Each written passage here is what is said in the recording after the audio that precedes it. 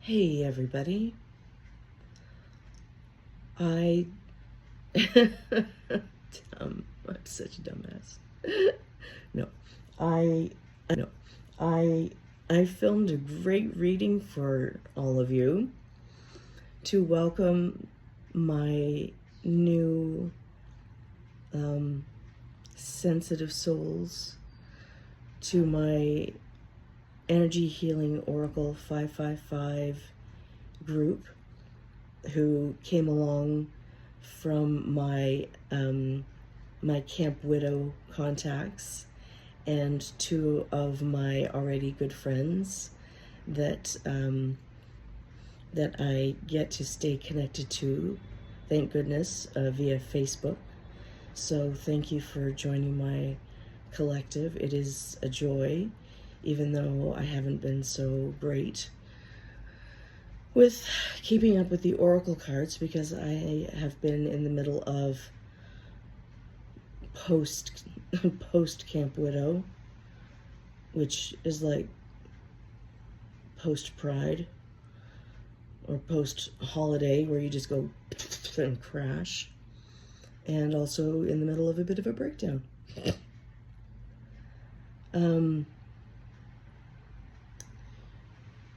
And after I filmed it with my computer and looked at it, I realized everything was backwards. So the baseball cap that I was wearing that said I'm a widow bit Canadian was flipped. And the beautiful cards and the bingo card that I used to recreate a type of game for you that was designed by by Julie from Camp Widow. Thank you so much, Julie.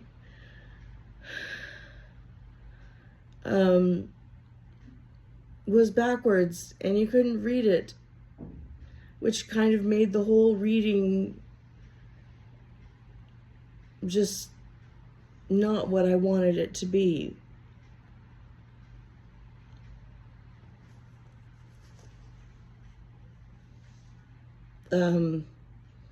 So I thought I would come on and instead of just bouncing these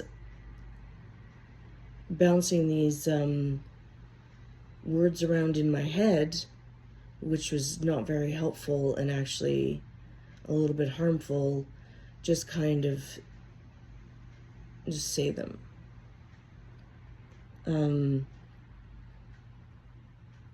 I created a whole book of found poetry. It was collage, where I took an article. I did a collage from magazine clippings, well, ripping images, and then over top taking a article, ripping it up, and using it to create poems. And I did this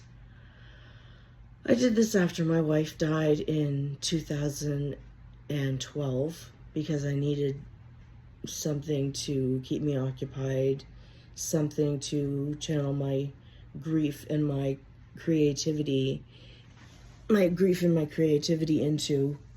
And then I finished. I did like 29 of these suckers, and I recently used it in a poetry and loss workshop at Camp Widow, and it was great. It was fabulous. I really enjoyed myself, and I enjoy doing the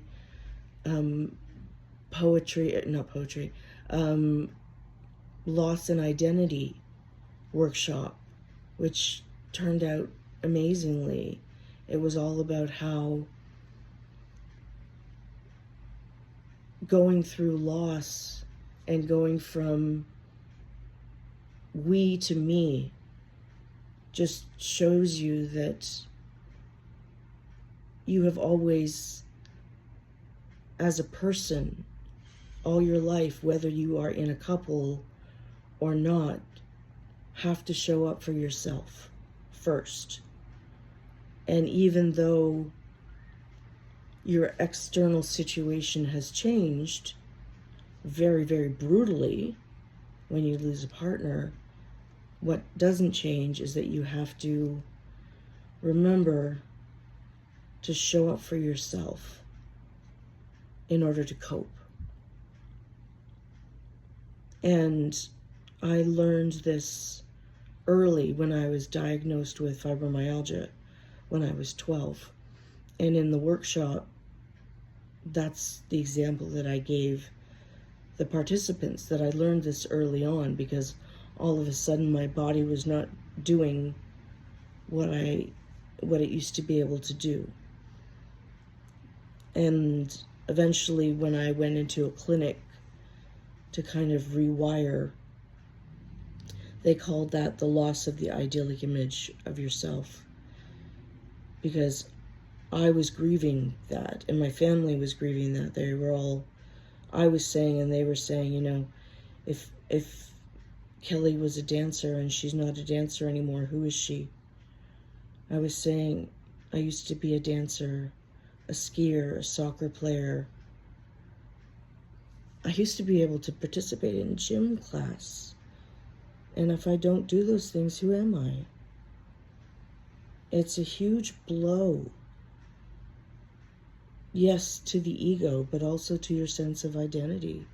Because you realize those are external things. They're not actually you. And that's a huge, very, very rough lesson to learn. That those, in fact, are not you. There are things about you that you love.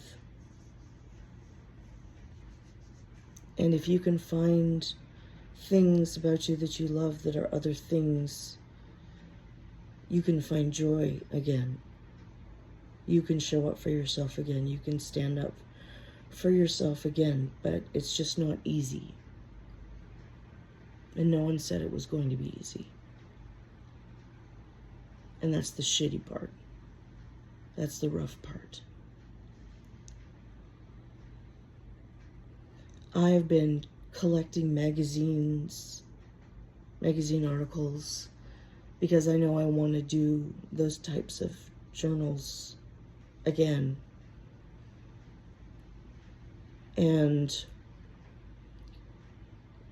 I collected an article about an author who basically has to spend her life on the couch. And the article was titled, "I Wrote a Book While Lying Down." And she is smiling, lying on the couch with an apparatus just above her.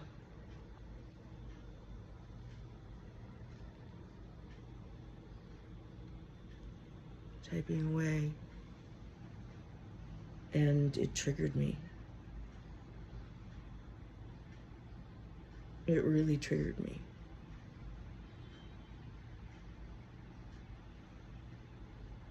Because for the first time in my life, I've gotten to the point where I'm scared.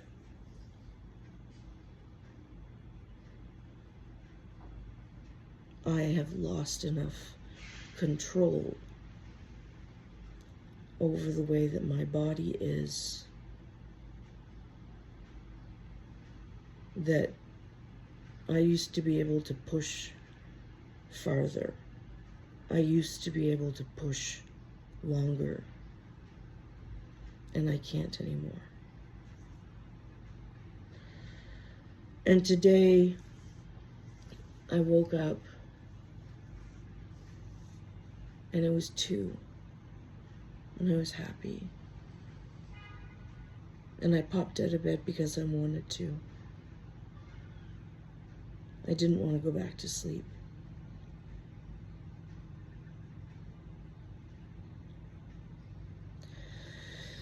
So I popped out of bed and I was grateful to my son who had bought me a new teapot for my birthday.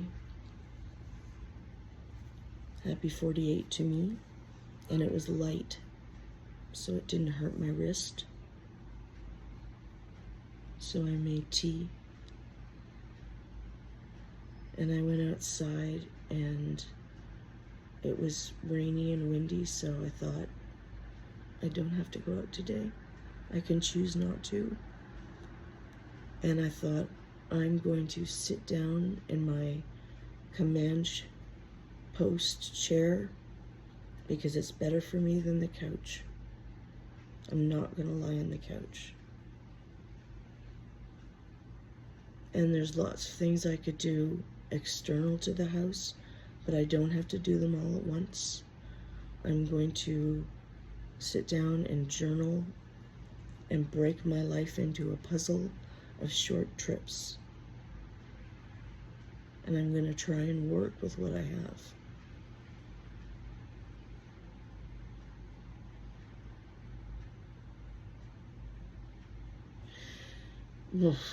Really, Kelly? And that's actually the title of my first collage collective journal is Working with What I Got. And this is what I got. I got an apartment that is all on one level. I got flowers and herbs that I'm talking to like they're my children. I got yoga videos and tea.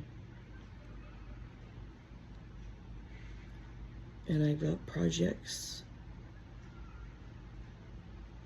And I don't have anyone telling me I have to do things.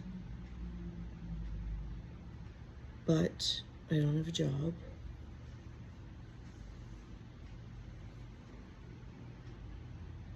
I have social assistance. I have some things that could earn me money.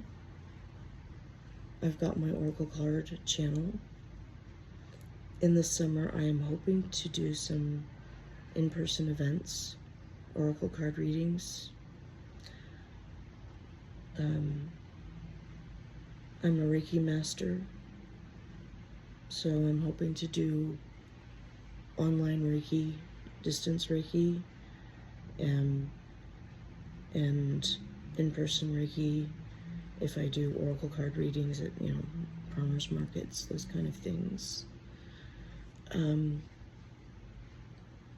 taking an online writer's course, a romantasy, as I'm writing a romantasy series. I'm hoping that some organizations can help me find some remote work. I'm working with what I got. And I'm going to try not to be scared. But that's where I am. And I would rather say this is where I am and be honest about it than feel like it's a dirty secret. Like have people look at me at the beginning of the day where I look just fine, and then look at me at the end of the day where they're like, oh shit, what happened to you? Look like you got hit by a truck. And that's one of the really frustrating things about fibromyalgia, is that you go until you stop. Because you're out of spoons. You're out of time. Your medication is worn off and you have to stop. And I think I think the name of my next collage book is probably going to be Heading It Off at the Pass, because I would like to be able to stop before I crash, and trying to find that sweet spot where I don't wreck myself. I don't have to get to that point where I feel like the world's gonna end. You know? And I've never had to do that so consistently, because I've never had such a short bandwidth before. New challenge. So yeah, my projects, and it would be great if you want to follow my projects, share my projects. I am going to do my best to use my bandwidth to create content. The Oracle card readings, which take energy and time. I do, when my poetry applies to whatever reading it is, I, put a poem on there. I am finishing up a children's picture book and fumbling my way through. Well, no, stop talking down to your projects, Kelly. I am finishing a children's picture book where I have done the illustrations as well as the text, and I'm going to be journaling away. I have some painting projects.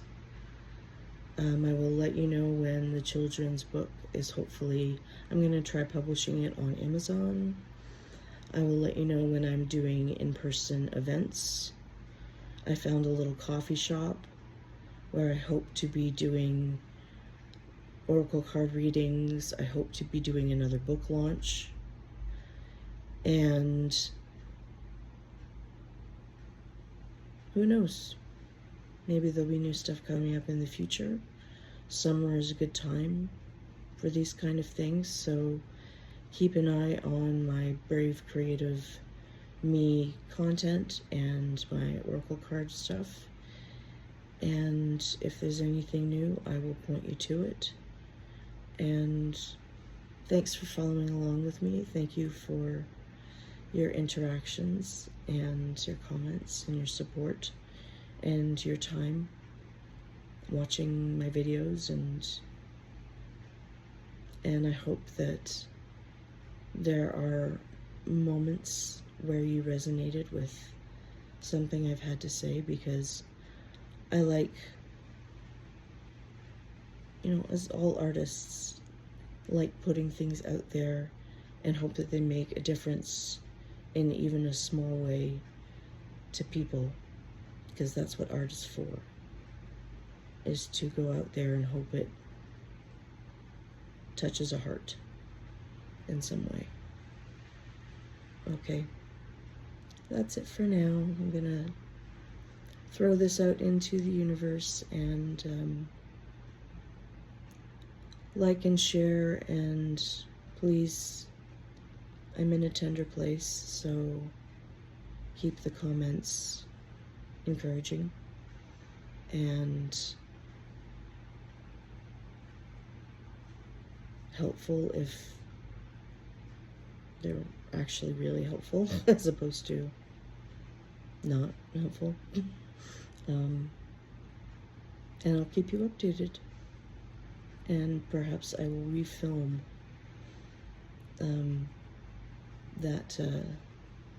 that reading done with I used the Oracle cards going on that I picked up at Camp Widow, and the bingo cards designed by Julie Martell, because it was fun. Okay, all right, I will see you later.